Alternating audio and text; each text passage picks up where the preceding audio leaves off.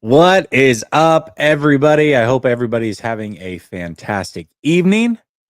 But if you are watching, your evening's about to get better because Marco and I have some fun topics to go over. John Lynch joined Pat McAfee. That was an interesting interview. We're going to talk all about that. We're going to talk a little bit of Adam Peters. I got to ask Marco, and I talked about this on Tuesday, but I do have to ask Marco what his thoughts are and if he saw anything different in this year's draft without Adam Peters. And then we're going to do a top 10 NFL team power rankings after the draft edition, how we see it. Where do the 49ers fit in? We're going to do all of that plus more next.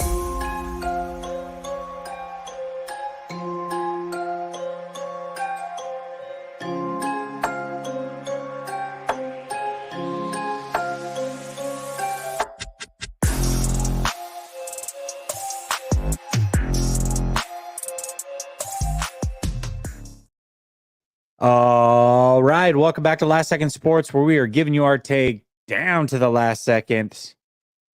As you can see, I got my guy Marco with me. Marco, what's up, my man? What's up, Jesse? How's it going, man? Really good, man. Really good. Couldn't be better. You know, on a personal note, I was unable to do the show last night with Grant remodeling one of our bathrooms, and it's just like been dragging on. You get to the very end, and there's so many like little things that have to be buttoned up before it's just finished.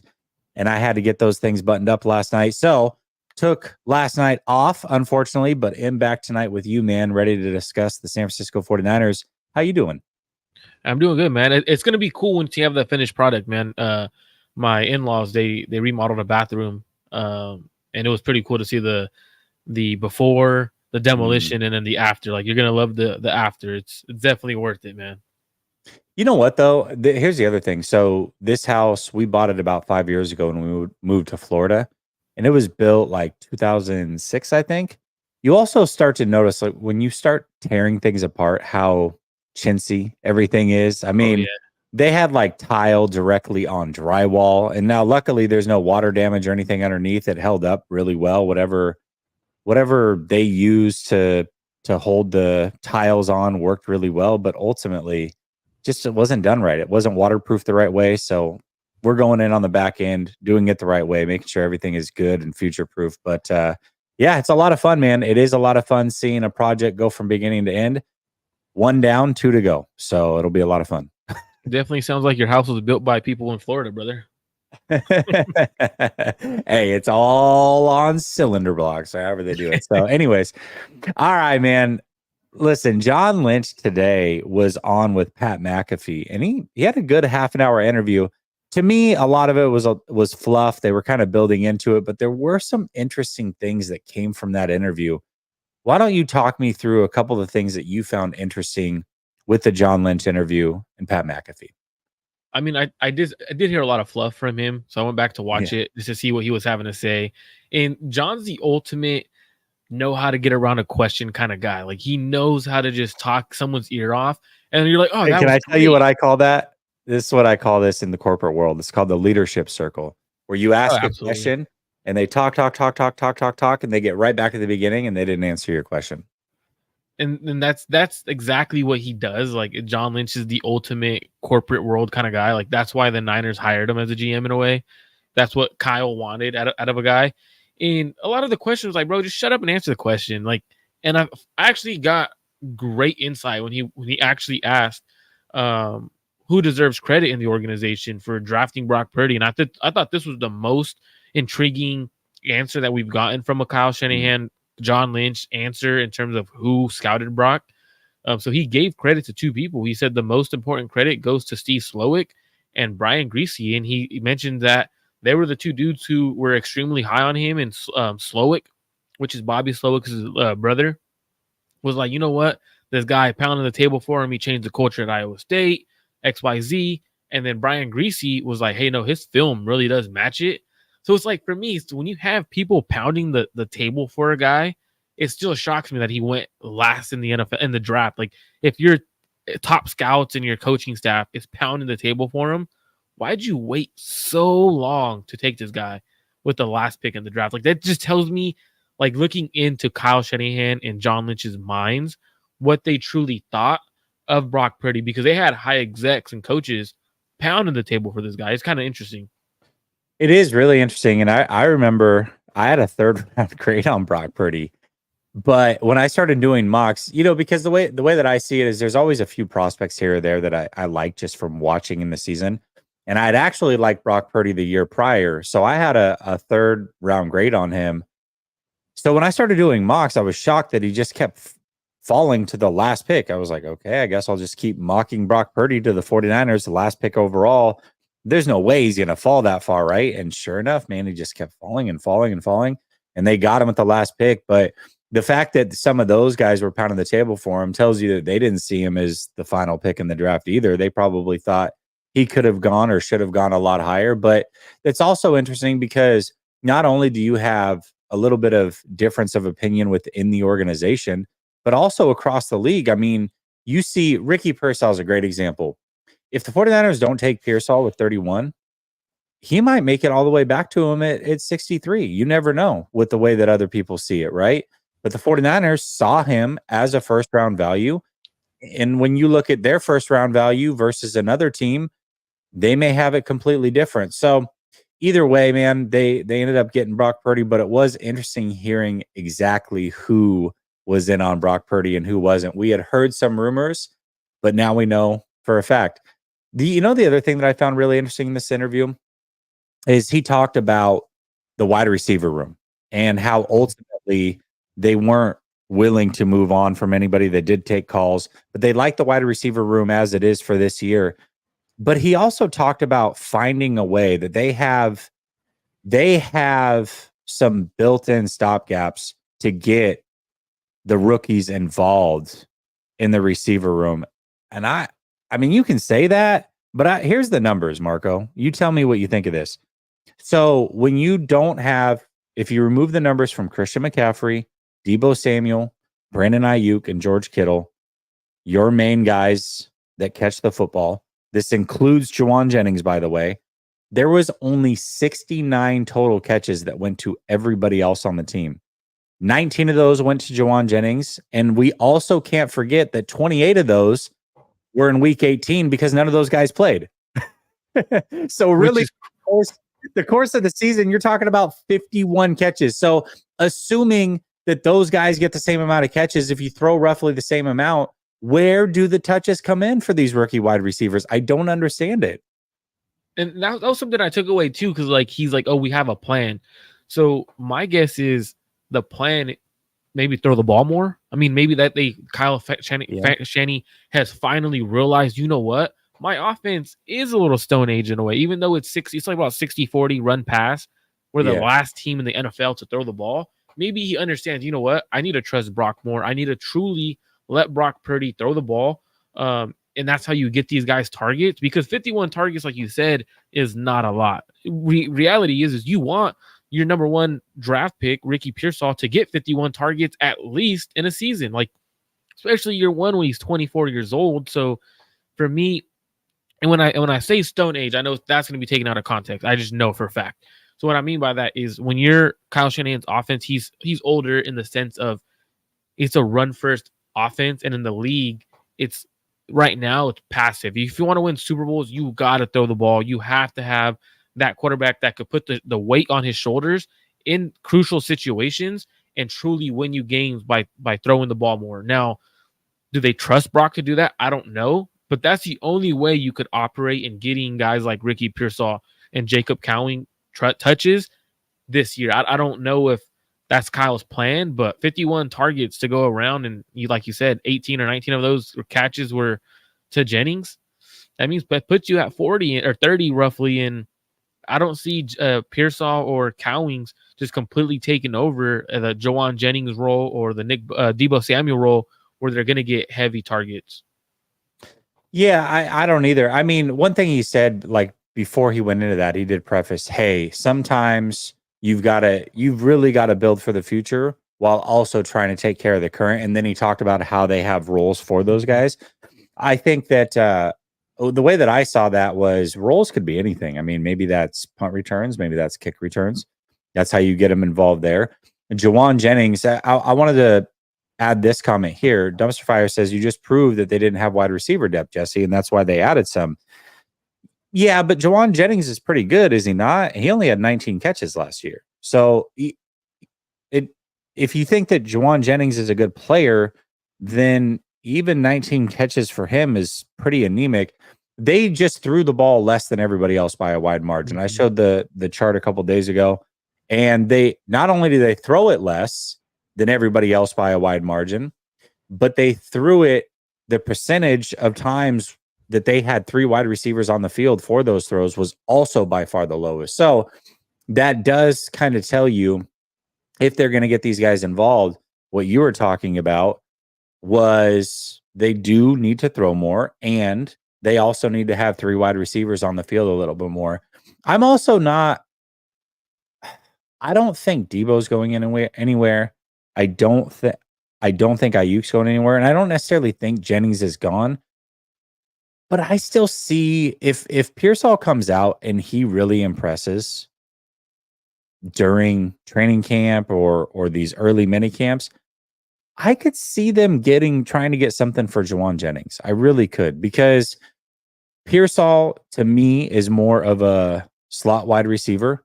I think you want to manufacture touches for him, get him in motion and running towards, running side to side before you snap the ball, and don't allow corners to get hands on him. I think at least early on in his career, while he's still trying to figure out how to beat press and stuff like that, it'll be easier for him to get touches that way.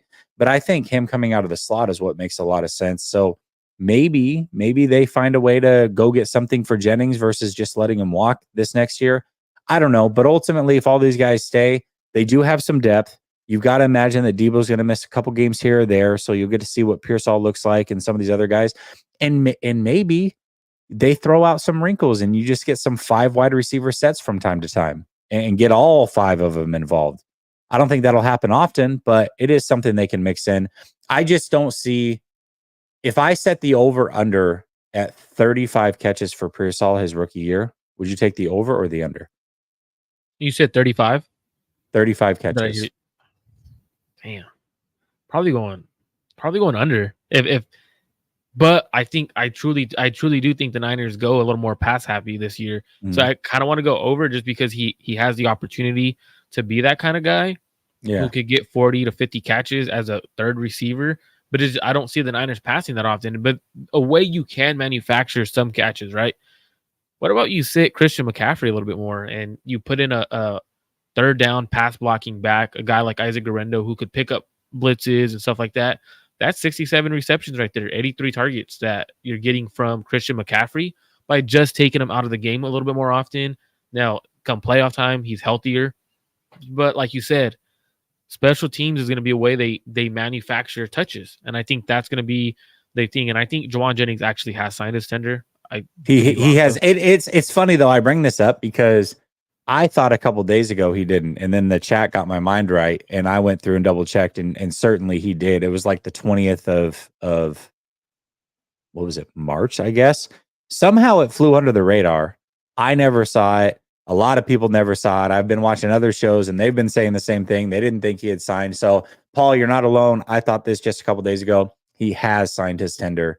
He posted it on Instagram. The 49ers also had posted about it. So I don't know. I don't know how we all missed it, but I found out recently because I was live with someone and then we were talking about it. And then he's like, I don't know if he signed. And I looked it up. I was like, oh, perfect. Like Instagram posted and everything. That's all that matters. Yeah. Yeah. So I didn't, I had no idea either. It just kind of flew under the radar for a lot of us. So it's interesting because I was in the same exact situation just 2 or 3 days ago, but he has signed. Yeah, I don't know, man. I think that, and it's not all about your rookie year. It really isn't. And I hate to keep harping on it, but when you draft a 24-year-old receiver in the first round, I feel like he's got to get some touches, man. You can't just have him be the 6th receiving option in your offense, which is, we can look at the receivers, all right, and we can say, all right, he's not going to get more than Debo. He's not going to get more than Ayuk. Presumably wouldn't get more than Jennings, but he's also not going to get more than Kittle, and he's not going to get more than CMC. So he's option number 6 in your offense. This is what you spent pick 31 on a team that is a win now team. And then for the future, by the time he actually does get a lot of run, assuming that doesn't happen this year, and maybe it does, maybe they do have this amazing role built in for him and one of these other guys fall back. I don't know. But assuming that's not the case, he'll be 25, which is the same age as BA just was after his, what was it, fourth year in the league? Third year, fourth year. I don't know, man. And I think I too, don't know. like, because I know you brought up a chat right before that said depth wise. Jesse, it means that we lack depth. Couldn't you have gotten depth later in the draft? Like a Javon Baker would have been a good depth piece, or a guy Malik Washington, a depth piece. Like if you're looking for depth, you don't go get depth in the first round, especially at the receiver position when year in year out the NFL draft is producing receivers in the fourth, fifth round that are coming out and they're putting up stats. So if you're looking for depth, you get that later in the draft.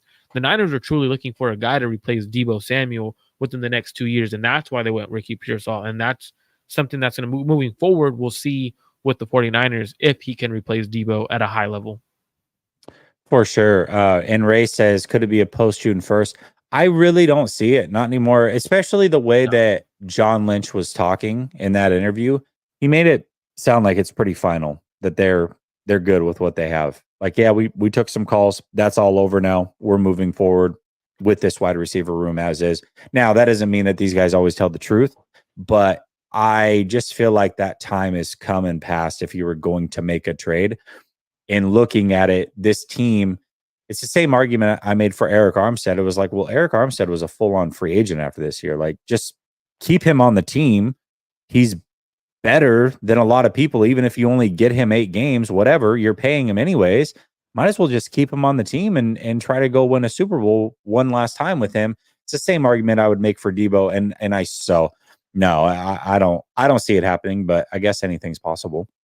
I would probably say it's 95% chance that both receivers are on the team. Like, I don't see it happening at all. Like, realistically, how do you sell to the fan base during win now mode if you trade one of them now and you can't draft a player to replace them or players to replace them on the roster, not necessarily at the position of receiver, but going and getting a true corner, defensive lineman to make your team better? They don't have that luxury anymore, so I don't see it happening at all at this point. Yeah, Paul says, I'm going off of what JJ posted on his IG 2 days ago. He has not announced he signed a deal, and the 49ers did. He actually had posted on his IG a picture of the tender and said year 4 with the rocket ship. That was a while ago. I don't know what he said 2 days ago, unless he was just like acting like he was going to sign it and he didn't. I don't know. Either way, like, I'm assuming he's a part of the team. I thought he had signed it. Now you're saying no, so I don't know. I'll have to go look at that. I feel like he did sign it, but either way, I think that he's going to be a part of the team. I don't know. All right. Anything else from that interview that we missed? I think those are the main topics. He talked a little about other stuff, but those are the main 2 points that I took from the interview, at least. Okay, perfect. Adam Peters. Question for you on this, and I asked the same thing to Sunil a couple days ago, but I wanted to ask you as well, just because you do put so much effort into learning these prospects, and you probably remember a lot of the prospects that they took and what they were as prospects versus what they've become. That's often 2 very different things, right? All you can do is evaluate the prospect and try to foreshadow what it's going to look like in the NFL. That doesn't necessarily mean that that's how it's going to pan out. When you look at this draft compared to prior drafts with Adam Peters, do you see a big difference? And I'll go first on this one and say that I personally didn't, but a lot of that I think could be because Adam Peters technically was in the room for a big chunk of when you're doing scouting. Like, he didn't leave until, what are we talking, February? End of the year. Yeah. January, something like that. So, he was a big part of at least the beginning of the scouting, and scouting really isn't just a 1-year thing. You've been scouting a lot of these guys for years. Adam Peters was a part of that. Now, he wasn't in the room and calling some of the shots and pounding the table for certain guys. I get that. So maybe a slight difference. But to me, round 1 felt like they reached for somebody. Check. They do that almost all the time. Did they trade up for a running back? Yep, sure did. Check on that. Isaac Arendo. Do they try to hedge their bets a little bit? So when they draft a position group early, they come back in a later round and do that to make sure that they got the right guy. And if that guy that they drafted first isn't the right guy, they've got somebody else who might be. Well, yeah, they did that with the wide receiver room as well. So I don't know. I didn't see a lot of a lot of difference in what the 49ers did. And I was going back and looking at the trenches and the way they've drafted. The most that they've ever since 2017 taken, and when I say trenches, I mean offensive line and defensive line combined, the most that they've drafted is 3 players in the trenches, which is, they took 2 this year. That's right in line.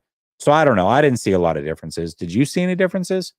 The only difference I saw, and this is something I don't know if it's has to do because Adam wasn't there or this is how the Niners preferred, but I felt like they truly wanted to go older guys who had playing time in college. So it was more of a safe pick than the risky biscuit where you're going out and risking everything you can in terms of you're getting the higher potential player, not necessarily the player that's going to pan out to be the better player in the NFL because you're projecting upside. So I don't know if it's that. But also too, I did notice some Moneyball picks towards the end, and I hadn't seen that without Adam Peters. And what I mean by Moneyball picks, you go back to Kingston, right? No one had him on a draft board. Like you go to any NFL expert, they did not have him getting drafted. They had him as an undrafted free agent. But when you look at some of the numbers, and these are key analytic numbers that you look at, his short shuttle as an interior offensive line. If you had a 4.47 short shuttle, you were projected like to start more games and hold your starting position for a longer period of time. Well, he had a 4.47 short shuttle, and that's what the 49ers kind of went for rather than the higher upside pick or the better player in a Bo Limmer, 7th round pick, a Leonard Taylor, right? Film's phenomenal. Character issue might not be maybe a concern, but it's a 7th round pick, and you're taking a guy who's undersized. So that's where I did see the difference in terms of when the Niners used to draft, they would draft higher upside players in the first couple of rounds. And it was a guy who potentially didn't pan out, but it was a guy that they truly liked with the upside. Later in the draft, they would come and they would go get a player who his film shows really, really good film. But for some reason, testing wise, he didn't test as well. And that's where you got the Hufangas, the Kittles, the Fred Warners. Versus this year, it was like, that guy's film's not that good, but he tested off the charts. Let's go get him. And that's kind of what I saw with Kingston.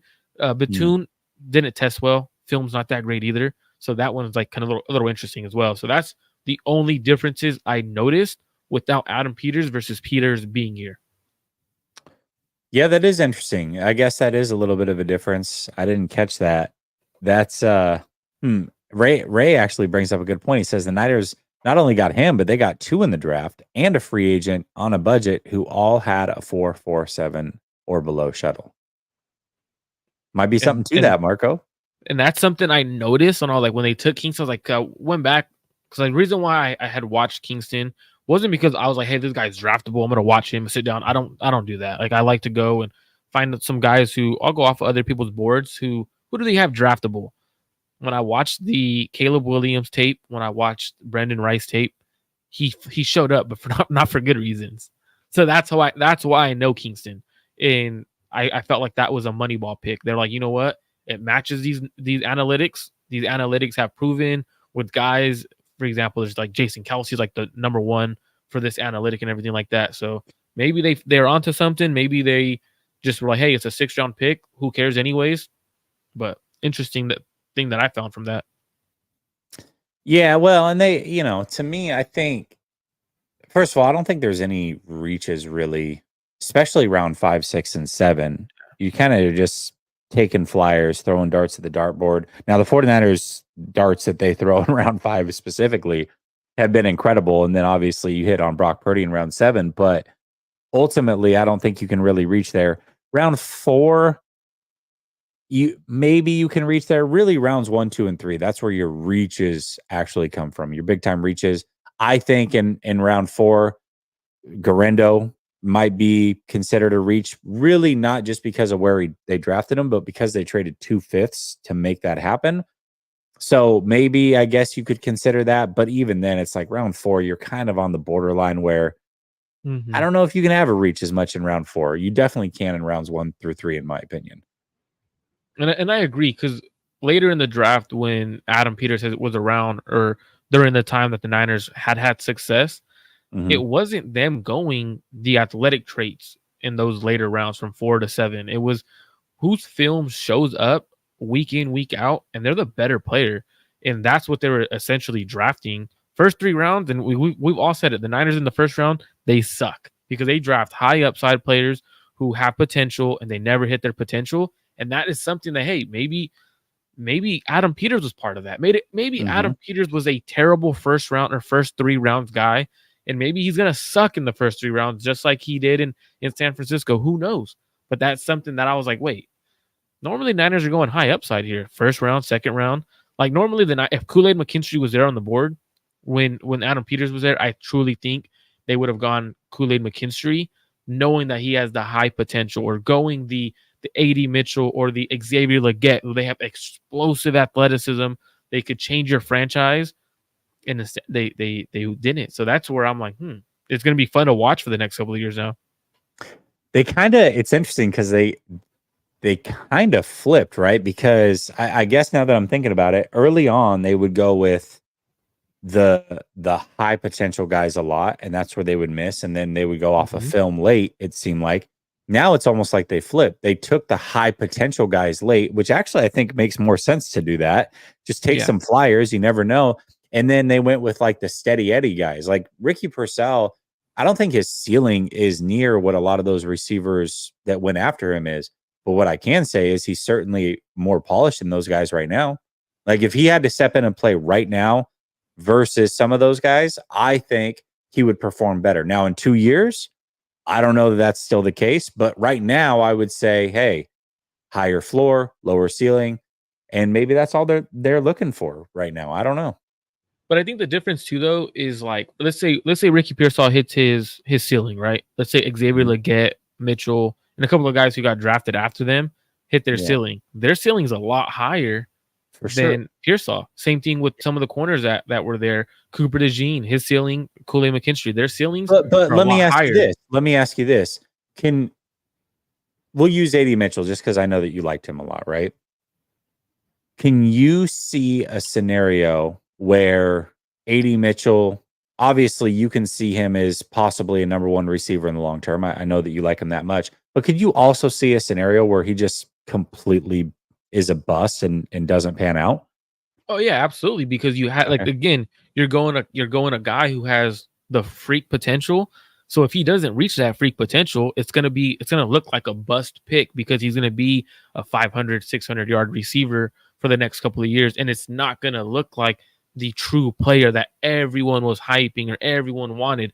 For example, Javon Kinlaw, his potential was there. He never Mhm. lived up to it, and he has had a good season, a season or two, but we wanted a 10 sack player replacing DeForest Buckner. Like, right? Like that, the high potential was there, never lived Yeah. up to it. So it's always going to be a terrible pick. But with Ricky Pearsall, I mean, I don't necessarily see number 1 receiver on him. I think his ceiling is a number 2, a good number 2, but I also think his floor is like a really Solid good number receiver 3. three. Yeah. Yeah, you know what I mean? So maybe that's what it is. Like, hey, we know worst case scenario, which isn't worthy of a first round pick. Like neither would be worthy of a first round pick. So sure, if they both hit their potential, Ricky, he's a high tier number 2 versus a high tier Mitchell's the number 1, which one. is what Yeah. Mitchell is, right?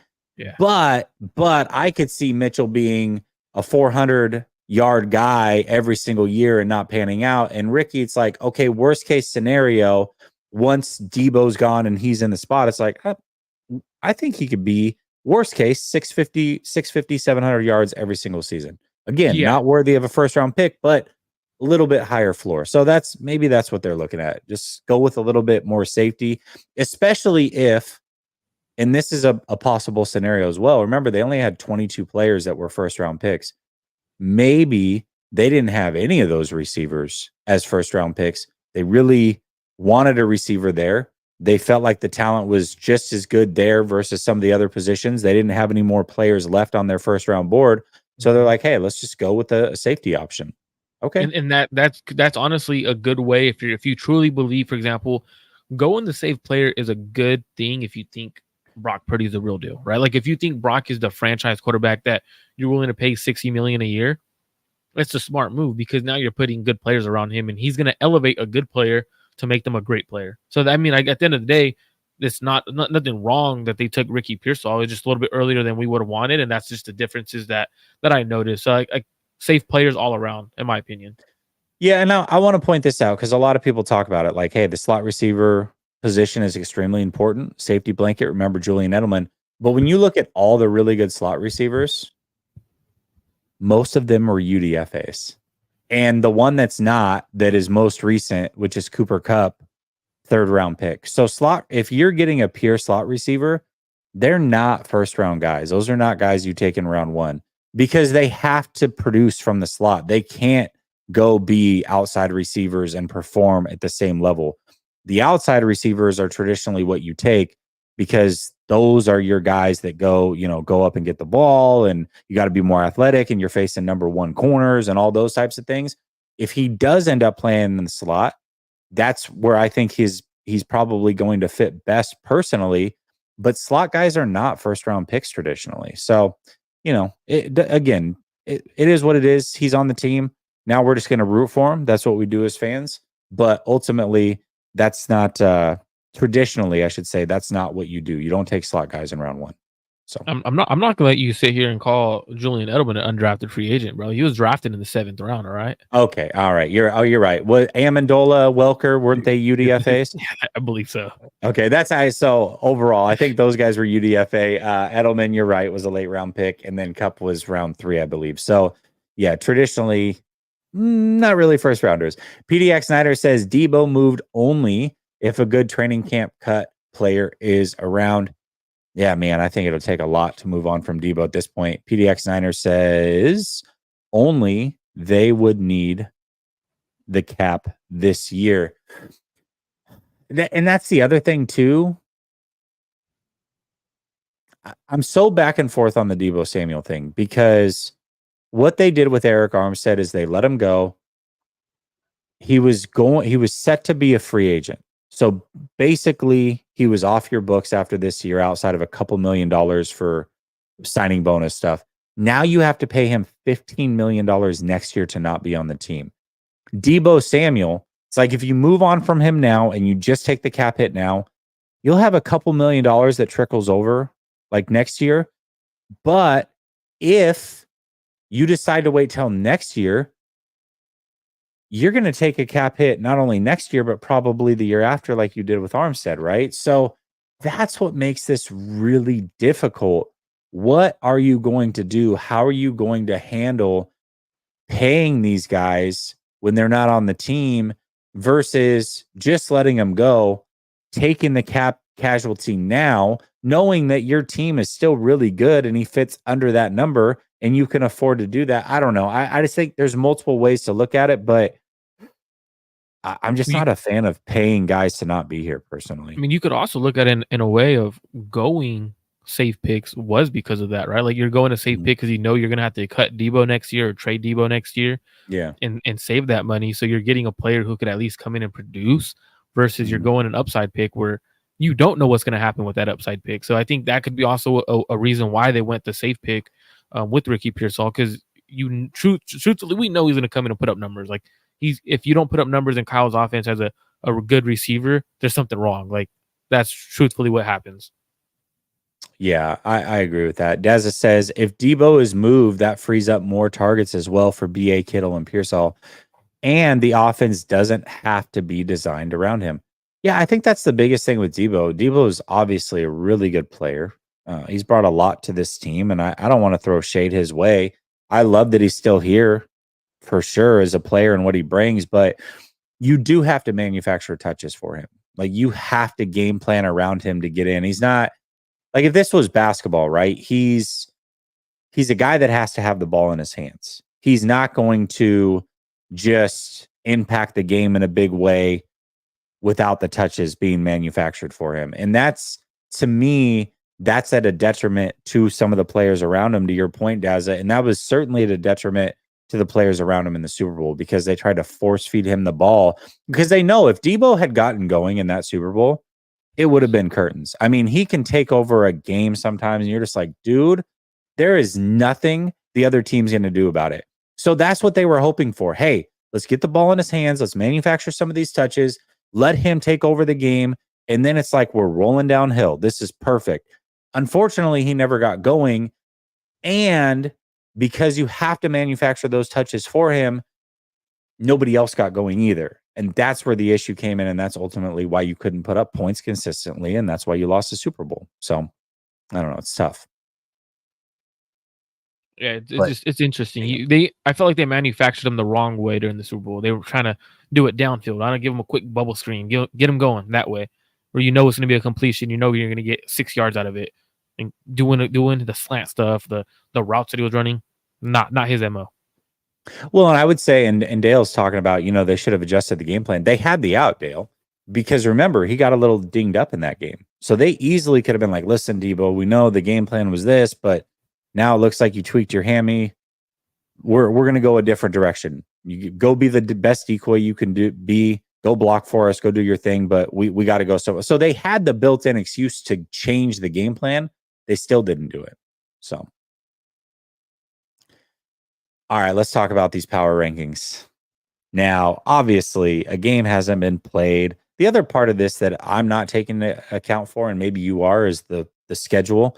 Schedule is not fully out yet. We know what teams that everybody's playing. The rumor is the schedule release is going to be next Thursday. I hope that's the case. I love the schedule release because you can look at the opponents and come up with where you think the team is going to fall. But then you see how the games are and when they are, and is it on a short week? Is this team coming off of a bye? Is it long travel followed by long travel? There's so many factors that go into it. At what time of year is it? So what's the weather going to look like? There's a lot that you can look at, and it really can change by a game or two just because of the way the schedule lays out. Not because the opponents are any different, but the way that it lays out. So I didn't take any of that into account for any of these teams. I'm just strictly looking at the rosters, what they lost, what they gained in free agency, and then a few players that they drafted. Obviously, I can go player for player, every single guy they took, but what is like the top 2 or 3 guys that they took, and what does that look like? So, do you want me to start? Well, let's go from 10 to 1. Are you going? Okay, from 10 to 1. Okay. Yeah, I don't want to give. I mean, one, I think we're probably going to agree is Kansas City. So I don't, spoiler alert. Wrong. But all right, well, maybe not. But either way, I think going 10 to 1 makes the most sense. So I'll go first. I'll give you my number 10 team, and then you can give me your number 10 team. My number 10 team in the NFL power rankings, as it stands right now, is the Cleveland Browns. Now, Cleveland made the playoffs last year. I would have them higher if I could, because their roster is so damn stacked. I just don't know what Deshaun Watson is anymore. If I'm going off the last couple of years, he's shot. He's a shot player. But there's still a part of me that's like, but maybe he could still be that really good player that was in Houston. If he turns into that again, the Browns are a top 5 team in this league. They're absolutely stacked. If he's shot, I still think they can be the 10th best team, because we kind of saw it last year, right? How many different quarterbacks did they play? They were still a major threat. They've got a phenomenal defense, and they added more than they lost. So the biggest loss they had was Sione Takitaki, linebacker, but they added Jerry Jeudy in free agency. They also added Jordan Hicks in free agency. And then the 3 big draft picks they had were Michael Hall, Zach Zenner, and Jamari Thrash. I think they improved the roster as a whole. We'll see what Deshaun Watson is. Best case scenario for them, he's really good and they're a top 5 team. Worst case is he's basically what he's been, and I still think they're the 10th best team in the league. So I've got the Cleveland Browns at number 10. Who's your number 10 team? It's crazy because I was debating between the Cleveland Browns at this point, but when you name the quarterback, I can't expect him. No, not necessarily the quarterback, but I can't expect him to be better than when he was last year, because like he looked lost. So He I actually did have the Los Angeles Rams at 10. Their interior offensive line is much better. They would have been much higher if they had Aaron Donald on their defense. So for losing Aaron sure. Donald is huge. Their draft picks, they want to pick up Jared Verse, Braden Fisk in the second round to try to replace that defensive line.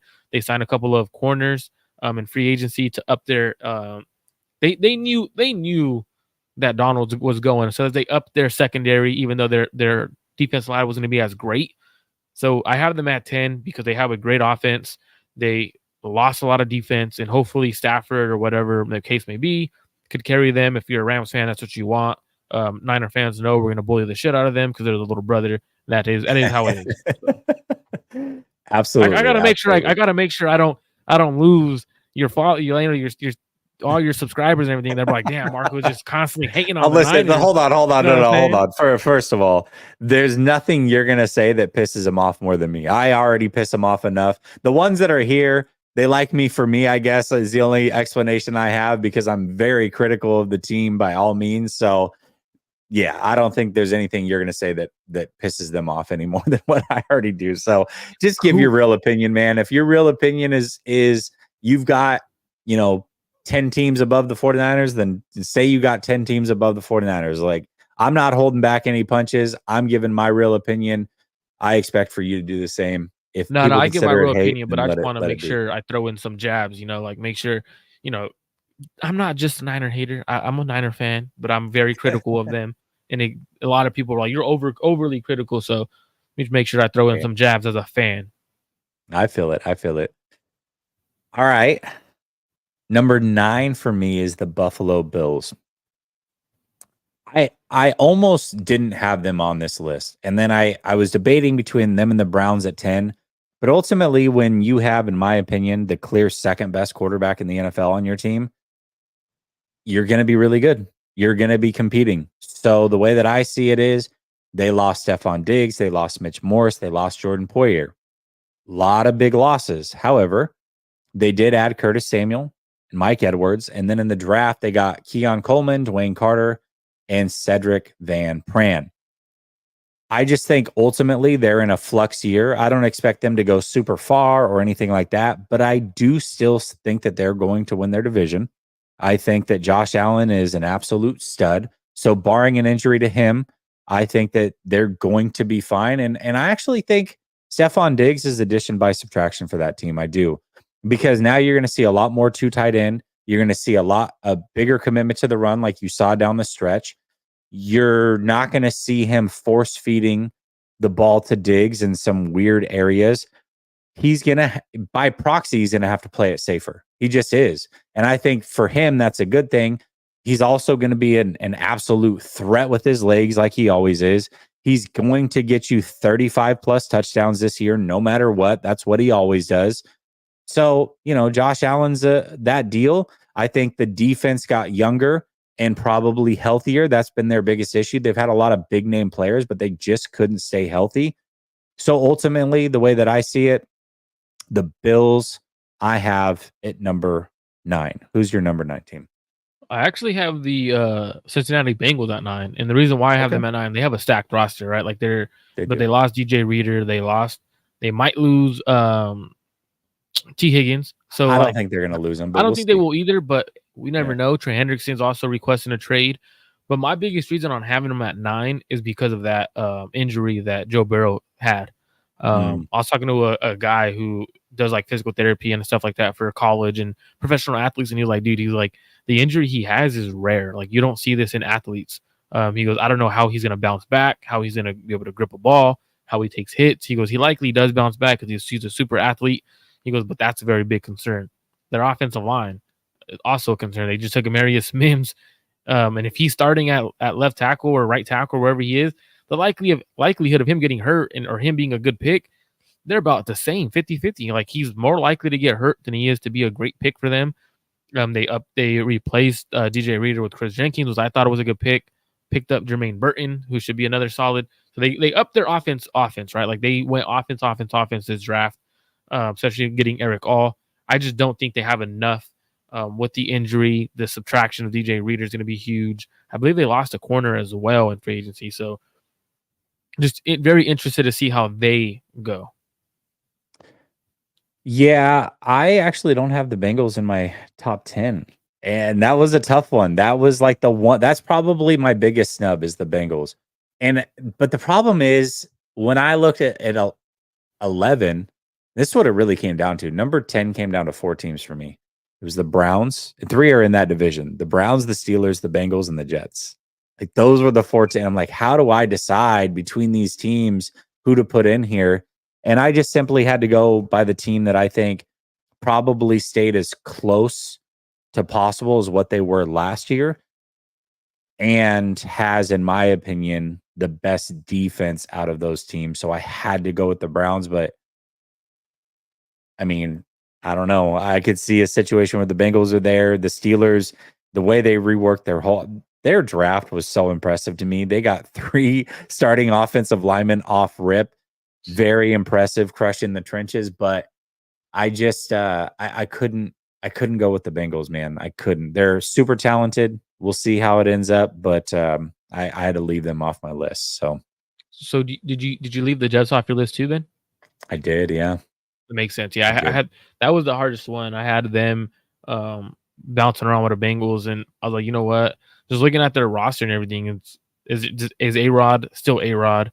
That's the tough The part. receiving core is shaky, so like tough I just decision. think they're relying on a lot of players coming off of major injuries or are injury prone. So when you look at their tackle situation, their quarterback situation, their wide receiver number 2 situation, you're relying on 3 guys that are either coming off of major injury, are injury prone, or both in some scenarios, like Mike Williams. So it's if any one of those 3 guys or 2 of those 3 go down, where are the Jets at? I just a ton of talent. They are supremely talented. You just go player for player through their roster, they're up there. I mean, they're a top 7 roster in this league, player for player. But I've got to see them stay healthy first before I can even consider them being a serious team. Plus, they're still the Jets. So I don't know. There's something to the uniform, too. It took me a while to believe in the Lions, right? So I just got to see it happen before I fully believe in it. Brother Bob says Marco Nails said the Chiefs game. You down, bro. Yeah. So I said that there's 3 games that I want to go to. I want to go to the Chiefs. I want to go to the Bills. And I'm going to go to the Tampa game, obviously. But it all depends on where they fall. And that's why I'm looking forward to the schedule as well. If one of them's on Christmas or New Year's or something, I'm not going to go to that game. So, and I would love to go to Buffalo and catch a game, but I also don't know how ecstatic I would be about a December game in Buffalo. It's just freezing, or January. You Chiefs know what I at mean? home? What was Is that? Chiefs at home or is it in Kansas City? It's at Levi, I believe. At Levi. I I'll think believe. about that I one. believe. Yeah. I just don't like watching Patrick Mahomes in person though, because I'm not trying to go to a game and us lose to him. Yeah. I don't know. I just think that Josh Allen's better than Joe Burrow. I mean, that's what it comes down to. Now, maybe head to head, I would pick the Bengals based off of what you're saying. I get it. Like the Bengals seem to have the number of the Bills, but they're not playing each other 17 times this year. They're playing other teams 17 times. You know what I mean? And Josh Allen's a better player than Burrow. I don't Burrow to me is really, really good. I also think he might be the most overrated quarterback in the NFL. I would agree with that. And that's, by the way, I still think he's a top 5, top 6 guy, but some people have him at number 2. It's the same way I think about John Elway. Up until like Brady and Patrick Mahomes and Manning and those guys came around, some people had Elway as like the GOAT or second best quarterback of all time. And I'm like, listen, Elway's great. He's a top 10 quarterback of all time. But if you have him number 1 or number 2, he's overrated. So I think you can be both. I think you can be really good, but I also think you can be overrated. And I think Joe Burrow is really good. I think he's super overrated. I don't see how anybody can, with a straight face, put him at number 2. I don't see it personally. So I don't know. So then that's who do you have at we just gave 9. Who do you have at 8 then? Ooh, I've got the Philadelphia Eagles at number 8. So they lost Jason Kelsey and Hassan Reddick, big names, but they signed Saquon Barkley, Bryce Huff, Chauncey Gardner-Johnson. They drafted Quinyon Mitchell, Cooper DeJean, and Jalix Hunt. And really the biggest change is that coaching staff. That's what it comes down to. The coaching staff that they had in place 2 years ago, offensive and defensive coordinator wise, very good. Last year, you had a very similar team, and we saw a major drop off. And I think that was in a large part due to the coaching staff. I think they had horrible coaches. Now you go and you get a top tier defensive mind. You went and upgraded his weapons in a big way in the secondary. That's going to be really, really hard to not see them getting much better on defense. And then offensively, not a big fan of who's the offensive coordinator. He was a quarterback at Boise State, and then he was Kellen Dallas Moore. Cowboys guy. Kellen Moore. I believe. Yeah, Kellen Moore. I'm not the biggest fan of him, but compared to what they had last year, major upgrade. I don't care. Yeah. Major upgrade. So I think they upgraded their coaching staff in a big way. And then even though they lost some big name players, I genuinely think they added more talent than what they lost. So I have the Eagles at number 8. Who do you actually have? I believe it's the Bills, because you have Bills. A similar reason, like Josh Allen's gonna be able to carry their team. Doug McDermott's a really good defensive coordinator, so he's gonna be able to scheme up things. Now they did lose Tre'Davious White, I believe. So you are gonna get a little fall off defensively, but that's where an elite quarterback carries their team, right? Keon Coleman's gonna go crazy with them. I think that's a great fit for them. You're gonna see a very drastic change in their offense. I think you're gonna see a lot more running the ball. Dawson Knox. Schultz, they're going to be going. Those are going to be the offensive style, and I think it actually fits. Kincaid. Yeah, they're the same guy basically. Same thing, pretty much. Same difference. Same thing. I mean, tight end who's athletic, white, same thing, right? But I think when you have a guy like Josh Allen who could carry the load, I think they're always going to be in the top 10. Like you could carry that team. And then I actually had the Bills right after. So I had the Bills, 7? The Eagles, Eagles at 7. In a similar situation. Yeah, they lost a lot of players, but adding Saquon. But most importantly, their coaching staff is changing. Adding Kenyon Mitchell across from why can I not think? Big Play Stay. So having him there, like that's going to be an upgrade at their corners position. Cooper DeJean is the ultimate wild card for me for them. How is he going to be used? Is he going to be used as that star role? And if they do use him as that star role, then that's a really good pick. So their secondary is going to be much, much, much improved. So it's all about coaching at that point. And I think just the addition of Saquon opens things up for them, because now that read option, that RPO is going to be phenomenal for them. It's going to work with the AJ Brown, Saquon, Hurts. Like that's going to be a really good RPO system they have over there. I'm very interested to see how Kellen Moore adds his little touch into the RPO game, because I know he likes to add a little flair to the RPO. You know, it's interesting because I wasn't a big fan of Cooper DeJean, but it's all about the fit. And for me, there was 2 teams that if Cooper DeJean went to, they could get the most out of him just because of the way that they style this. Actually, 3 teams, because McDonald just went from the Ravens to Seattle. So I could see him working out there as well. But the way that they interchange the secondary with safeties and corners, and, corners playing nickel and moving out and simulated pressures and all those other things. Cooper DeJean, to me, if he went to the Ravens, the Seahawks, because McDonald is now over there, or the Eagles, I love the pick all of a sudden. Would not have liked it on most other teams. Would have been like, not a big fan. The fact they got him in round 2, I think makes a lot of sense for that team in particular. With the defensive coordinator they've got in place, it all adds up. And talk about interchangeable. They got Chauncey Gardner-Johnson with Cooper DeJean. You really can go. You can play them both at safety. You can play one at safety, one at nickel. You can play one at star, one at nickel. You can play one at safety, one at star. Like there's so many options that you can go with, and they're both interchangeable for all of those positions. So I like Cooper DeJean for the Eagles.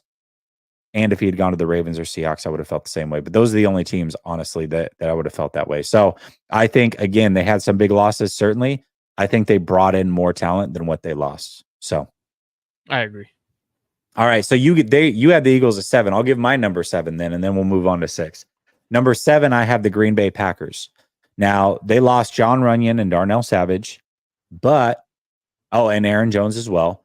But they brought in Josh Jacobs and Xavier McKinney. I think Jacobs at this stage in his career is an upgrade over Jones. I think Xavier McKinney is a major upgrade over Darnell Savage. And yes, they lost John Runyon, but that's why they went and drafted Jordan Morgan. So you bring in Jordan Morgan, Edgerrin Cooper, Javon Bullard. Those were their major draft picks. Green Bay is just a young team that's ascending at this point. They're a young team that got their chops wet in the playoffs last year. I only see them improving this year.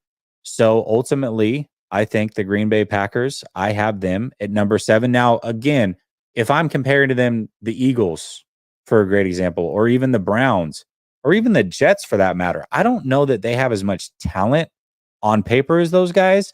But because they're so young, there's so many players that are going to start breaking out kind of all over the place where it's like, yeah, they're not household names now, but in 2 to 3 years, they just might be. So I think that Jordan Love takes the next step as well. I trust their coaching staff. So I'm going to have the Packers at number 7. That's interesting because I actually had the Packers at 6. So I'll go next. And so that's very interesting. It's like, it's for me, I thought their linebacking core was terrible. And they got a huge upgrade with Edgerrin Cooper. I thought Edgerrin Cooper should have won in the late first, early second. They got him at pick 45. That's a hell of a pick. Like you said, upping their offensive line with Jordan Morgan. But I think the picks that are getting slept on a little bit is the 2 safety guys they got. Evan Williams, who could be a linebacker safety guy. Keaton Oladapo, also a linebacker safety guy. But Javon Bullard, you could play him anywhere. He could be your star guy. Like, they added so much talent last year, receiver wise, as a young group. This year they went, you know what? Let's throw a bunch of darts at the board for secondary, for the safety, nickel, big high, like nickel roll kind of vibe that the NFL is going to. And I thought that was a smart thing for them.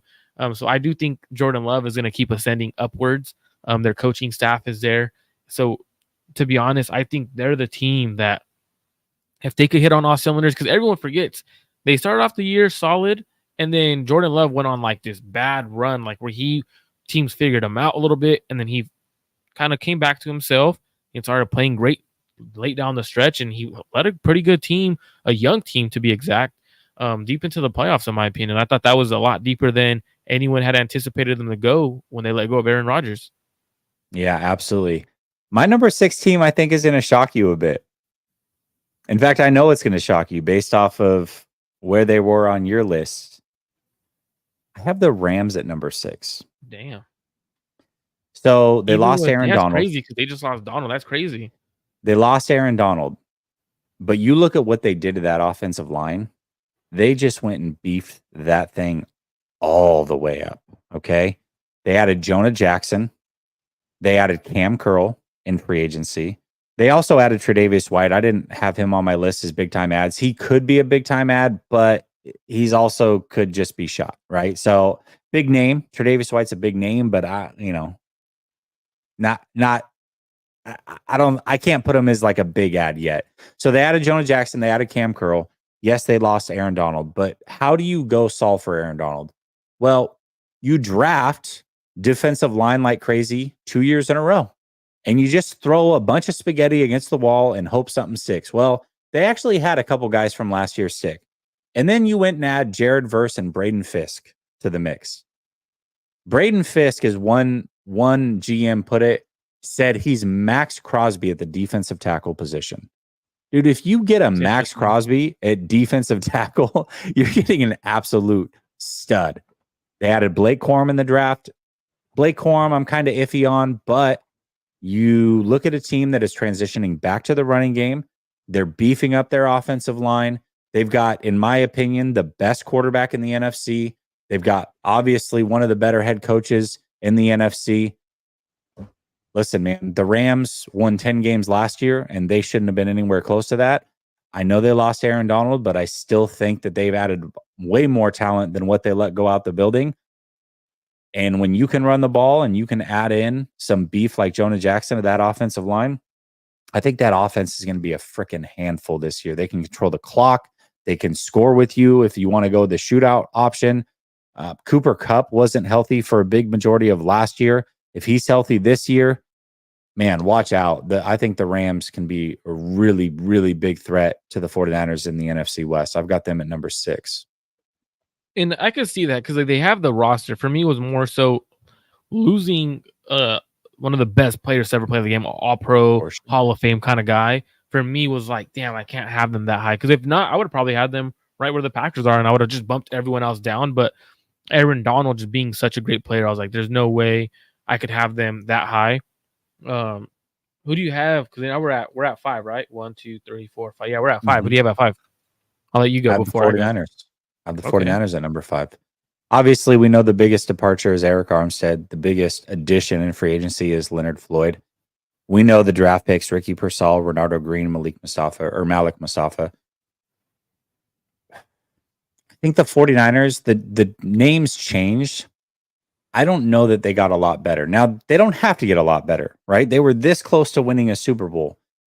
But I also think that last year was arguably the most down that the league has been in many, many, many years. I can't remember a league being more wide open for one particular team than it was for the San Francisco 49ers last year.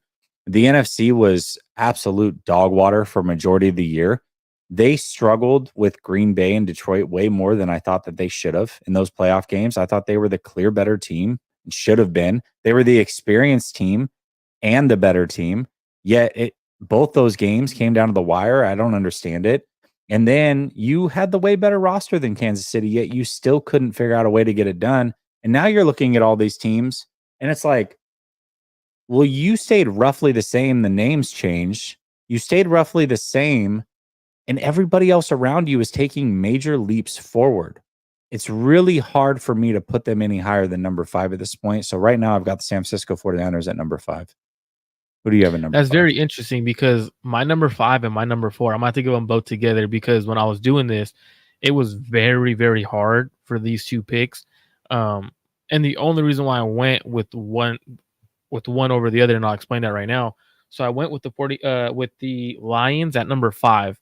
And I had the 49ers at 4. I think the Lions have gone much, much better, adding Terrion Arnold. They added interior line, Makai Wingo, who should be getting a rotational role with their team. But for me, they added a lot of secondary, and that's what their team lacked. So for me, I had them at 5 only because, and I know I'm not sold on Brock Purdy or anything, but because of the quarterback situation. I think Jared Goff is the worst quarterback on a contending team. Like it just, for me, that's just why I had him at 5 and not 4, because I was close to having the Lions at 4. Ended up putting the Lions at 5, Niners at 4 because of the quarterback situation. But like you said, Niners were close to losing to the Lions. The Niners didn't get better.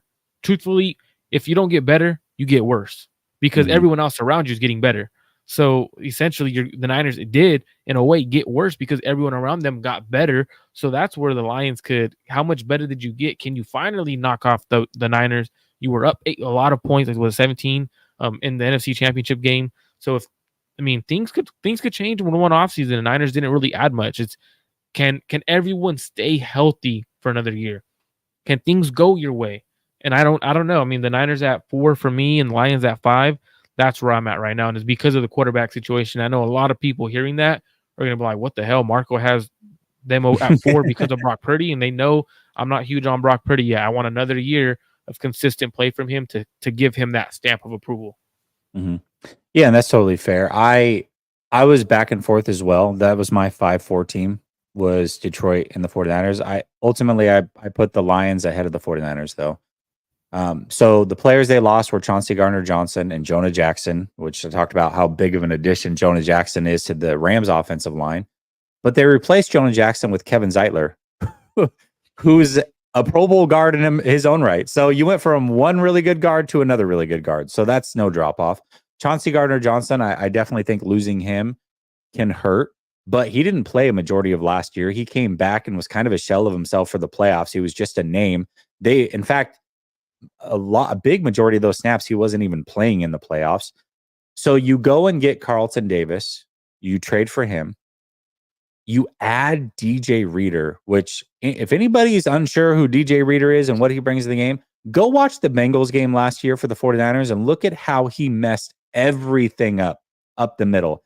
That game right there single-handedly, and what he did to the 49ers interior offensive line single-handedly makes me want to replace every single one of them. Left guard, center, right guard. That's how much he wrecked the game for the San Francisco 49ers by himself last year. Now he's on Detroit. And then not only did they go get Carlton Davis because they need help in the secondary, they draft Terrion Arnold, they draft Ennis Rakestraw, and then they get Mekhi Wingo late in the draft as well. They absolutely improved their defense. Their offense shouldn't be any worse for the wear. They didn't lose Ben Johnson. If they would have lost Ben Johnson, I would have easily kicked them behind the 49ers. But in a shocker, he stayed. That offense is going to be every bit as good as what it was last year. That defense was a major, major weakness for them. I don't think that defense is a weakness any longer. I think that defense is very formidable, and I expect them to take a big step forward. So I have the Detroit Lions at number 4 ahead of the San Francisco 49ers, who I have at number 5. And I'm telling you, if it wasn't for Jared Goff, they would have been ahead of the Niners for me. It's just for me, I just don't trust Jared Goff. And outside of that, it's like, hey, I respect Brock Purdy more. And it's not saying you don't respect Brock Purdy, but I'm just saying for me, out of those two. But who's your number 3? Listen. Here's the deal. I am not a big Jared Goff guy either, but Jared Goff, for whatever reason, they were still able to make it to the NFC Championship last year with Jared Goff. He has played in a Super Bowl. He has made some Pro Bowls. Again, I don't think he's near as good as what the pure numbers say. You get him off his spot, it can be a major problem, but that's why the Bills and why he works so well with the Bills. They've just got a stone wall right in front of him. It's almost impossible to get him off his spot on a consistent basis. Now, you see a random time where the Ravens were able to do it for a big majority of the game last year, and it was a disaster. But 99% of the teams in the league don't have the firepower to send it that elite offensive line to get him off of his spot. And so it makes it really, really hard. By the way, they got Christian Mahogany as well, who might be a plug and play guy. Like that offensive line that was already great, bro. They went and drafted another guy that would start on a lot of teams in the league, and he might be the first guy off the bench. So point is, it's great. But we also know, for as much as we don't like Jared Goff, and I agree with you, if you don't get him off his spot and he can camp, he can tear you apart. And that's what makes it hard is like, man, you really gotta get to him. And that means you got to get through that offensive line to get to him. And I don't trust very many teams to do that. I just don't. And there's a likelihood that what's the receiver opposite of Jameson Williams takes a step up because he's recovered from the ACL. So there's a good chance that we do see an explosive offense with Amon-Ra on one side, Jameson Williams on the other. So very interesting. I'm kind of glad you gave them the respect that they deserve, to be honest. Well, remember this, though, too. The 49ers last year, when they played them in the NFC Championship, Jonah Jackson didn't play in that game at all. So they lost Jonah Jackson, but they replaced him with another Pro Bowl guard. So that was without one of their really good offensive linemen. The 49ers still couldn't consistently get to him. And on top of that, their all-world tight end was a shell of himself, man. He had a knee brace on. He really shouldn't have been playing, but he was toughing through it. So that's 2 big-time players that were really hampered or didn't even play last year. Now, again, that could easily happen again this year. We don't know what injuries are going to look like, but that team that I thought was already undermanned against the 49ers from a talent aspect had 2 of their better players either compromised or out of that game, which should have made that talent gap even more astronomical. Yet somehow, man, they were able to hang in that game. So now I look at them and say, listen, player for player, they're there now. They're there. So if they were able to hang when they weren't there player for player, what would happen if they were? And that's what I can't erase that out of my mind until I see them play. Now, they do play this year. They play at Levi.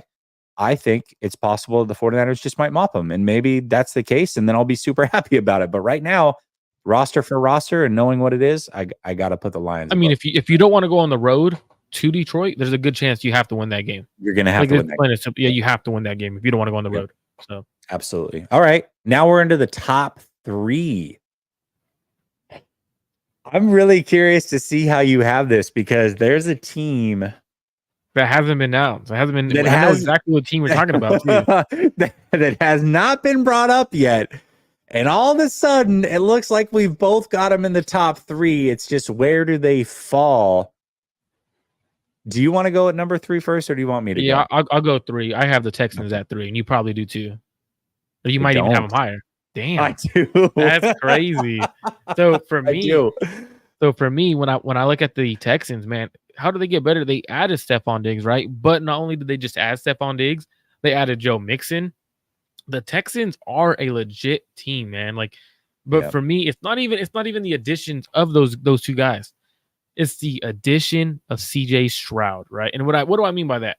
I mean, he's only going to get better, man. Like truthfully, he knows what he needs to do to win games. Tank Dow's going to come back. Nico Collins is going to come back healthier. These 2 dudes, like that is a major blow not having Tank Down in the playoffs. That opens up your offense. So for me, looking at them, we saw D'Amico Ryans what he could do with an elite defense. Their defense only got better. When you look at some of the draft picks that they picked up, I'm expecting some of them to play earlier than people were anticipating. He picked up, I believe, Kalen Bullock, who me and you are both like, hey, that's a good deep free safety. Kamari So mad Lassiter. when they did that. Yep. So like they drafted really well. They got another tight end to go with TJ Stroud. What's his name? Cade Stover. So it's like looking at them, man, like they truly got better. And for me, it's CJ Stroud is. I remember I was on the show last year. I think it was during the playoffs. I had CJ Stroud ranked higher than most people were expecting. They're like, holy shit. And why? He's a damn good quarterback. Look what in the playoffs, he played damn well. People will say what they want about CJ Stroud in the playoffs. They're like, oh, he choked, man. 109.3 passer rating, 449 yards and 3 touchdowns. And 2 of his They had so first 2 many drops too. games. They had so many drops in that second game against the Ravens too, man. Like it's just crazy with what he did his first year, man. I'm excited to see him keep progressing, and whoever some big contract needs to give him his own podcast already, because him on a podcast, The guy's hilarious. He's so funny.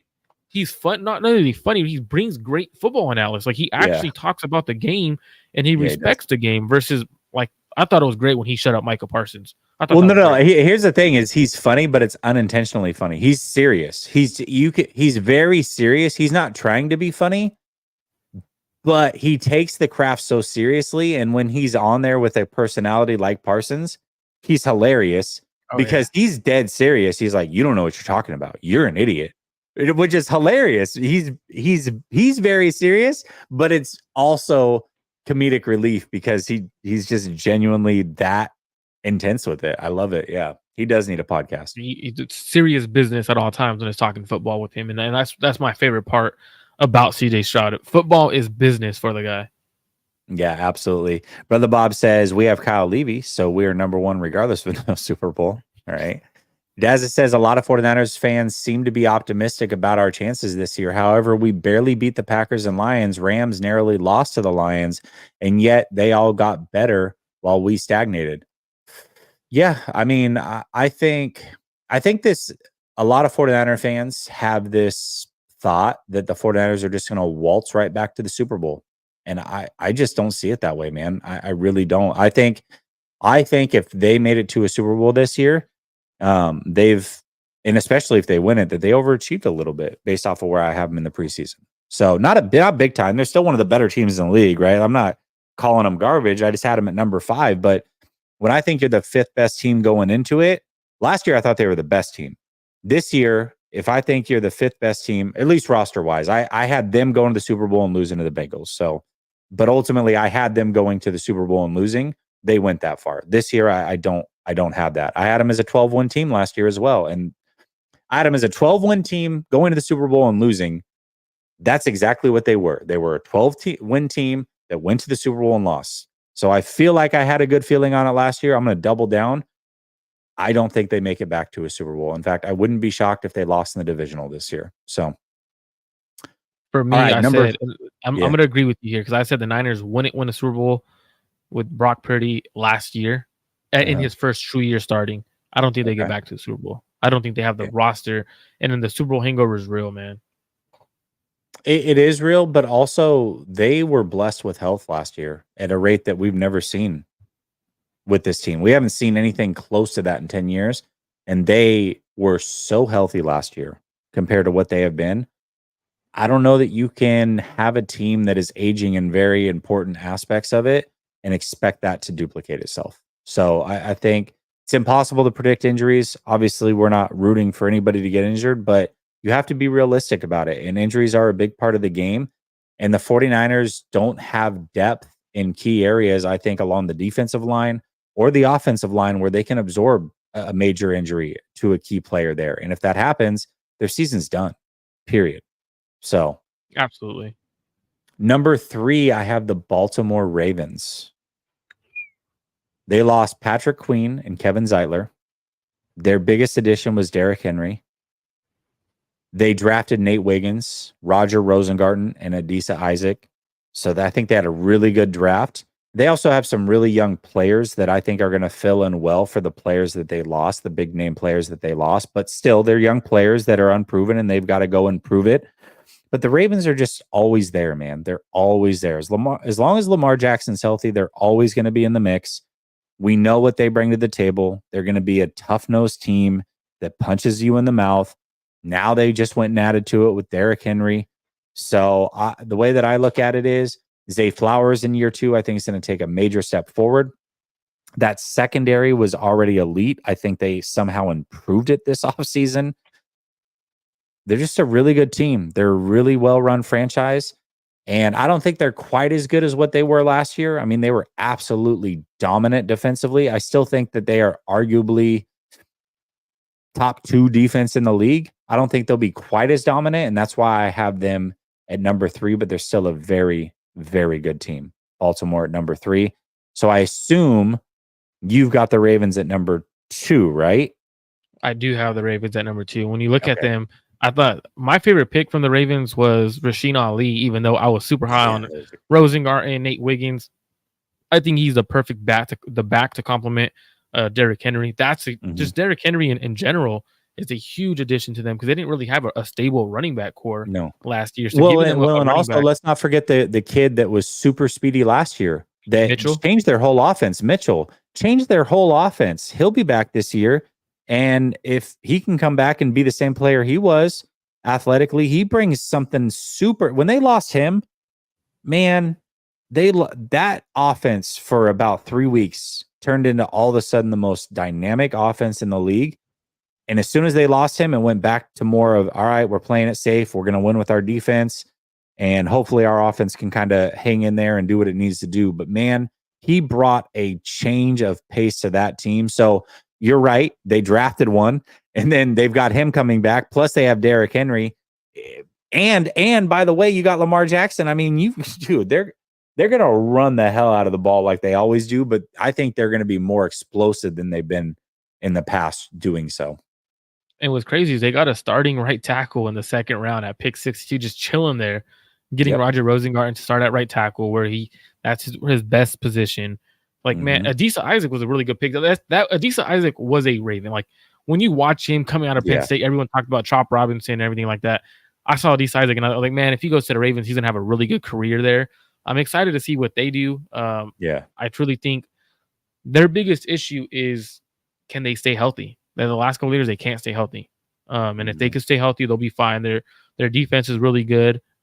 Losing a defensive coordinator should affect them defensively, but I don't with the roster they have. I think they're at number 2 for me. Yeah, I mean, very, very good team. I forgot, losing McDonald also, but it seems like they just turn out the best defensive coaches all the time. It's like just plug and play for them. They're going to be great on defense. Like, how many guys have they gotten hired over the years that were their defensive guys? But it's like, bro, the system's in place, man. The Raven way is in place, and they just plug and play. So, yep, that's I've got the Ravens at 3. You've got them at 2. You have the Texans at 3. I've got the Texans at 2. Much to what you said, the biggest losses they had were Jonathan Grenard and Blake Cashman. But I think they upgraded in both areas, bringing in Daniil Hunter and Azeez Al-Shaair. Obviously, Joe Mixon, Stephon Diggs. drafting Blake Fisher, Kalen Bullocks, who, oh my gosh, I wish the 49ers would have got him. Kamari Lassiter.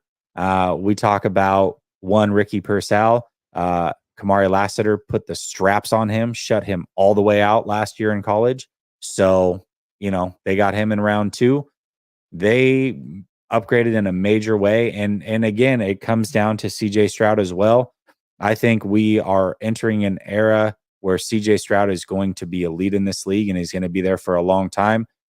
I can't say he's there yet because I got to see it for at least another year before. He's there. But listen, the thing is that he was a top tier talent coming out of college, right? And when top tier talents, guys that you expect to be elite in the NFL, show that very early, as long as they don't take a major backstep in year 2, then you pretty much can count on them really being that guy. Most players, I still like to see it 3 years. There's some crazy things that happen in year 3 for some of these players as well. So I'm not going to say, hey, he's for sure there. He's for sure going to be there forever. But if he improves on what he did last year, I thought he was, with some of the injuries, a top 3 quarterback in the league. And I think that he very well could duplicate that again this year. I mean, he's that deal. He's really that freaking good, man. He's got everything you could look for. He's got just enough athleticism. He's got an absolute rocket for an arm. His accuracy, I mean, he to me, we talk about accuracy. Drew Brees, the most accurate quarterback of all time. Steve Young's right up there. I think CJ Stroud certainly could be in that conversation when it's all said and done. He's that deadly accurate. And one thing that he has that neither of those guys had is he has an arm that neither of them had. Now, Steve Young's arm was just fine. He, wasn't weak. But Drew Brees, he was lacking in that area. That was like his one major weakness. That is not the case for CJ Stroud. So he's the rare where it's like you've got elite accuracy and you've got the arm strength to boot. Plus the decision making is about as good as it can be for a rookie. I mean, dude, I can't say enough good things about CJ Stroud. He's got all the measurables athletically. He's really freaking good, man. He's really good. And I had him as the clear best quarterback coming out last year. I think you did too. But not even I could have imagined that it would look that good that early. So. And what's crazy about CJ Stroud is, and I always come back to that S2 score, right? How everyone were like, oh, he's terrible, blah, blah, blah. S2 score this, S2 score that. But the funniest part is for the quarterback position, he was extremely high on the 3 measurables that the quarterbacks need to test well on, and he was extremely high on each of those. So it's like, well, you guys are looking at the big score. Give me the 3 levels that a quarterback needs to be good on. He did very great at those. I knew he was going to be a good quarterback. The fact that he has an offense that dropped a lot of passes, I think Stephon Diggs should help that. I think Tank Dell recovering, Nico Collins on the rise. Man, that for me, I'm very excited to see CJ Stroud, and I'm willing to say he's in that elite category already. Like, just from what I saw last year, they're the little things you don't see rookies do. No, I agree. That was where I was like, yeah, he's ahead of the curve by far. Yeah, and it's nothing against CJ Stroud. I just have that 3-year rule where I really, you know what I mean? Like, just give me the 3 years. Because we've seen it, though. We have seen it. And I don't expect him to drop off. Again, he came into the league as a top-tier talent. All he did was show that he's exactly that. So I think, like, it's less likely for a guy who comes into the league as a top-tier talent, proves they're a top-tier talent, to all of a sudden just fall off. Like, if you've been top-tier talent your whole life, you were like the man in high school. You were the man in college. Then you come in year 1 in the NFL and you're the man again. Likelihood of you dropping off, pretty slim. But, you've seen it where guys weren't necessarily the man, or they were the man, then they took a dip and then they rose up again, and some inconsistency. And so you really got to see it. But with him, I doubt that it drops off. I still want to see it for multiple years. But he's, dude. And one thing I did say, I've got a tweet out there before he was drafted and said, not only is he the best quarterback in this league, in this draft by a wide margin, but he's Kyle Shanahan's dream quarterback. Well, guess what? Guess what? He's in that same system, and we saw exactly what it could look like from a young man. he is him and Kyle Shanahan would be, bro. I I think can't even imagine what it would look like. the most important thing for CJ Stroud is coming in and taking care of the ball. 5 interceptions on the year in the regular season. Like that was huge. Like you don't see rookie quarterbacks come in and when they're throwing 500 times and only throw 5 interceptions. Like that's normally you see a higher number in terms of interceptions. And he had from a 3 interception game, didn't he? Didn't he have a 3 interception game? I want to say he had a 3 interception game. So really, you remove one game from him, and he had 2 interceptions in the other 14. I think he played in, or 13, because I think he did. He did have a 3 interception game against Arizona, and they still won. Yeah. So yeah, that was the crazy one where, dude, I remember. In fact, I remember exactly the scenario in that game, how they won at the very end. I thought Arizona won. I got up, went and helped my son with something, and came back and was like, the Texans just won? How did that happen? Like, that happened so fast. I don't know how they scored. But yeah, so I think he played 15 games last year. So in 14 games, he threw 2 interceptions as a rookie. Dude. Yeah, he's incredible. He's incredible. All right, we both agree the Chiefs are number 1, right? You got to knock them off. As long as Patrick Mahomes is there. But not even that. Like, so with Patrick Mahomes, right? They're elite. Their interior offensive line is elite. They drafted Xavier Worthy, who should provide extra explosive ability to their offense. They got Marquise Brown. Defensively, they brought everyone back except their corner. What's his name? L'Jarius Sneed. L'Jarius Sneed, who it doesn't matter. They have Trent McDuffie, who could play outside. They have Jalen Watson, who was good for them. Can I say this? And I don't even know his name. But they had a corner that was injured last year that they thought was their best corner on the team, believe it or not. And he missed all of last year. It might have, I don't know who it was, but there was somebody that was on IR, and I was reading something how they think he might be the best corner on their roster, which is absolutely insane if that is the case. Well, it wasn't Joshua Williams, was it?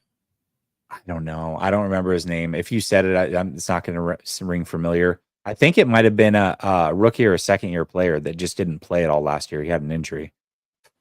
It might have been Joshua Williams, because I believe he was the guy they were really high on. But he played he's played for 2 years out of I believe it was like a small school, like Lafayette or something, really small school. Yeah. I don't think he played much last year. If he played 2 games, maybe started 2 of them. Could be wrong. So it might be him, but all I know is there was a reason that they were just willing to let L'Jarius Sneed walk, and it sounds like they have the corner in the building, they believe, to replace him right away, so they don't feel like there's going to be a drop-off there. And then you're right. I mean, weapon-wise, dude, and then they got Kingsley in round 2. They got your other guy, Jaden Hicks, in the secondary. Like, yeah, man, they added to this team. I think roster for roster, they're better than they were last year. And you've still got Patrick Mahomes and all the things in place that you need with Andy Reid. They've got to be number 1 until proven otherwise at this point. And the cool thing is Kingsley doesn't have to go over there and start. They drafted a tackle in Wanya Morris last year in like the 4th or 5th round. So they could let Kingsley, hey, you know what? I want you to be our future left tackle. Get all these reps. We're gonna prep you for left tackle next year. When I believe, what's the dude they have on over there right now? To get Jawan Taylor. When's Jawan Taylor's contract Jawan up? Taylor, I think he played right last year. They had what's his name from Smith? What is it, Donovan Smith? Yeah, he's gone. So I think though. Losing him is an addition though, because he wasn't good at all. Yeah, he's awful. He's terrible. Yeah. And it's I definitely like it. They're the team to beat, man. Like they're great defensive coordinator. I think the best defensive coordinator in the NFL. Best offensive coordinator in the NFL, best quarterback. Like, truthfully, how can you not have them at 1? And if you don't have them at 1, you're lying to yourself. Like, it's okay to be honest and put them at 1. You really don't think Purdy's better than CJ Stroud, do you?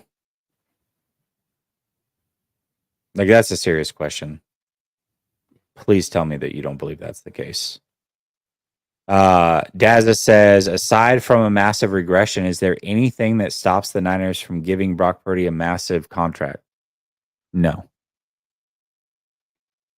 You say no? So you think they're guaranteed to give him a contract, like a massive contract? He said aside from a massive, like a regression. which is obvious, right? If he regresses, of course. No, I don't think there's anything other than that would stop it. Injury, I guess. If he got injured again, Injury. then, you know. But I would put that under regression, right? Like if he's just not on the field again after coming Drastic off trade of a offer. major injury. No, Drastic I don't trade. think. You're telling me, all right, next year the number one overall team offers you 3 1s and you're getting the first overall pick for Brock Purdy. And this is hypothetical because it's anything aside from a massive injury. So I think the essentially, Niners would do that, but I just don't think there's a team in the league that would do that. Like, you know what I no, mean? not Like, I don't because think there's team. I know that like fans love to look at Brock Purdy as like, oh, he's the man. Like, I'm sorry. If you put Justin Herbert, who's getting paid massive money, if you would put him on the trade block during the draft, he's going to command 3 1s. You put Brock Purdy on the trade block during the draft, and that was with 2 years of eligibility being cheap, he's not commanding anything close to that. So, no, there's no way that anybody's giving up 3 1s for Brock Purdy. It's just not going to happen. no, and I agree with you. But if he does something crazy, or puts up great numbers, and someone does offer you those 3 1s, I personally think Kyle would do it. Like, you're gonna reset at the quarterback market. Your cap numbers are gonna drop again. You could get a guy like Shedeur Sanders who could come in and probably be that guy for you. But I don't think fans need to understand, man. Like the quarterback position, if you play the quarterback position within your offense, you're gonna look good, right? Like fans hate on Jared Goff, like including myself. He's not a top quarterback in the league. Like in fans, Brock Purdy is closer to Jared Goff than people want to give him credit for. Like truthfully, and it's okay to admit because you could win without an elite quarterback. It's been proven. The Lions got far in the playoffs. Brock Purdy led the Niners to Super Bowl. Damn, Jimmy Garoppolo led us to a damn Super Bowl. Whether you want to put, hey, he only threw 8 times in a game. He was still the damn quarterback that entire year, and they won on a run. So either way, as long as you're a decent quarterback in the Kyle's offense, you could win a lot of games and get to the Super Bowl. What for me, it's not about can we get to the Super Bowl with Brock. It's can you win a Super Bowl with Brock? And the answer, in my opinion, is no.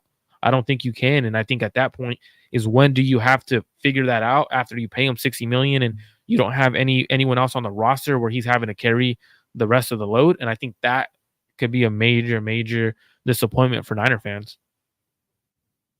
Yeah, for sure. Okay. I just had to make sure that like we were on the same page. Here, here's what's funny though, 187, and I brought this up the other day. The perception of clutch, right? Is so the 49ers lost to the Chiefs. They were going to lose to the Chiefs no matter what. If you had just simply swapped conferences and had the Chiefs and the Lions in opposite conferences, the Ravens would have made it to the Super Bowl. The whole Lamar's a choke artist thing wouldn't even exist because all of a sudden he made it to a Super Bowl. And the 49ers would have lost to the Chiefs and wouldn't have made it to a Super Bowl. And it would have been like, well, they made it further with Jimmy Garoppolo, right? Like they both lost to the same team. One just has to play them on the way to the Super Bowl. The other one has the luxury of not playing them until they make the Super Bowl. So it's funny how perception can change just because you made it further. But ultimately, they both lost to the same team, and they would have both lost to the same team if you had just switched the games around and said, hey, now all of a sudden the 49ers got to play the Chiefs to get to the Super Bowl. They wouldn't have made it. The Ravens would have. They would have lost to them in the Super Bowl. And then what? You know what I mean? So it's, I don't know, that whole thing where it's like, oh, well, we made it to the Super Bowl and they didn't, so we're better. It's like, pump the brakes a little bit. You lost to the same team. And if you didn't have the luxury of waiting till the Super Bowl to play them, you wouldn't have made it to the Super Bowl either. So I don't know. That thing's always. I'm not gonna lie. I do want to see Lamar get better in the playoffs, though. I do want to see. No, I agree. No, 100%, 100% agree with that. I'm just saying it's funny how perception could change if you just swap the Lions and the Chiefs, put them in different conferences for that one game. The result would have been the Ravens versus the Chiefs in the Super Bowl.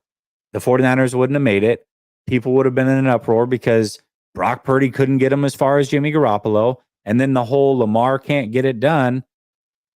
the narrative changes a little bit because all of a sudden he made it to a Super Bowl. You know what I mean? It's No, yeah, all you got to absolutely. I do get what is you're saying. flip flop one team, and the results are vastly different, and the perception is different because the perception again, and I've had this conversation a million times. The perception of Josh Allen is he's a turnover machine and he doesn't get it done in the playoffs. Well, the reality of Josh Allen is you go look at him in the playoffs, he protects the ball as good or better than anybody. He doesn't turn the ball over at all in the playoffs, right? Which is when it matters most. And the way you look at Brock Purdy is he wasn't the reason that the 49ers lost the Super Bowl, which I completely agree with. He was not the reason. He also didn't go win the game, though, either. Josh Allen, with 13 seconds left, scored a touchdown, not a field goal, a touchdown after starting the playoffs with 9 touchdowns and 0 interceptions over 2 games on the road against the Chiefs, have the lead, 13 seconds left, scores a touchdown. All you got to do is not allow them to get in field goal range. Well, guess what? The overtime rule was different then. They got in field goal range. They kicked the field goal. They win the coin toss. Josh Allen never touches the ball again. And now all of a sudden, Josh Allen's like, oh, he can't get it done. Dude, what more could he have done? He threw 4 fucking touchdown passes, including the game winner, and never got to touch the ball again. What was he supposed to do? What more could he have done? But Josh Allen can't get it done. Like, come on, man.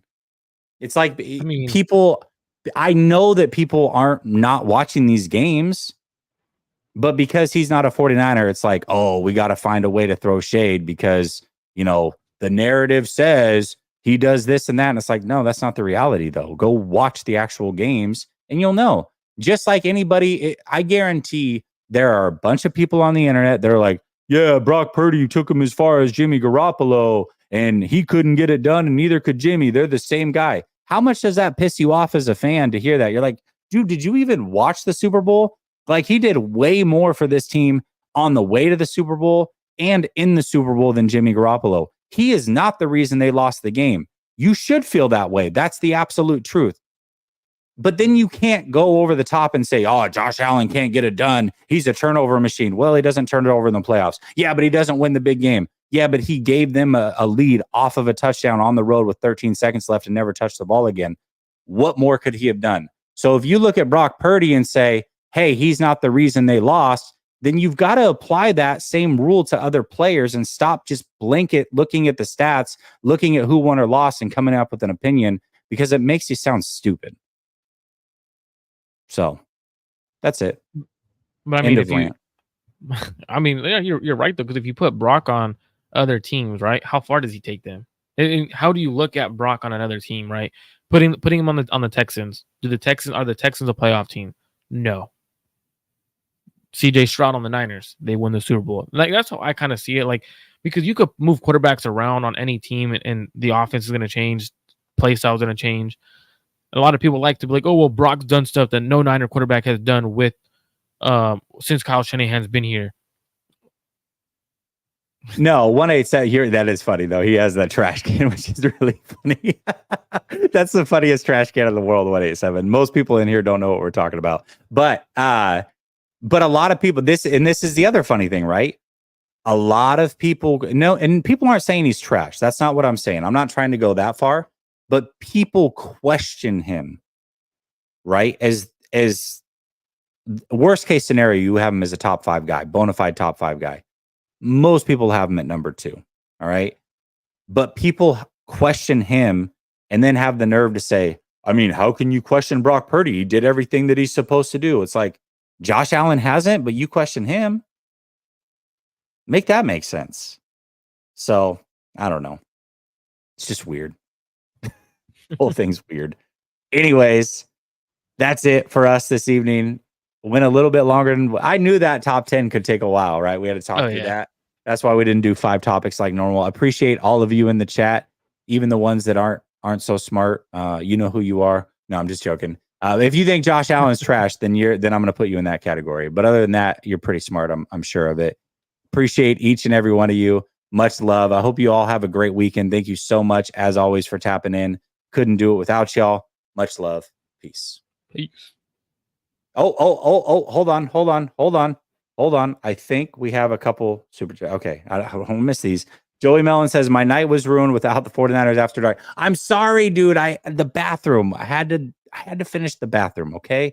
PDX Niner says, I would keep Brock, but it's a gut feeling for me.